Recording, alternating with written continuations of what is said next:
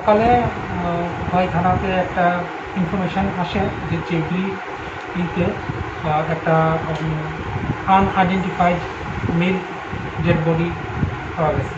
তো অ্যাকর্ডিংলি আমরা খোয়াই পিএস থেকে খোয়াই পিএস স্টাফ এবং ওসি খোয়াই পিএস ওই স্পটে গেছে এবং গিয়া জিনিসটা ভেরিফাই করছে। তো দেখা গেছে এটা একটা ডিকম্পোজ একটা আননোন মেল ডেড বডি। এখন আমরা এখানে নেক্সট লিগ্যাল কোর্স অফ অ্যাকশনগুলি করতেছে এক্সিকিউটিভ ম্যাজিস্ট্রেটের প্রেজেন্সে আমরা পিএমের অ্যারেঞ্জমেন্ট করতেছি। তারপর এটা অ্যাজ পার ল যা যা স্টেপ আমরা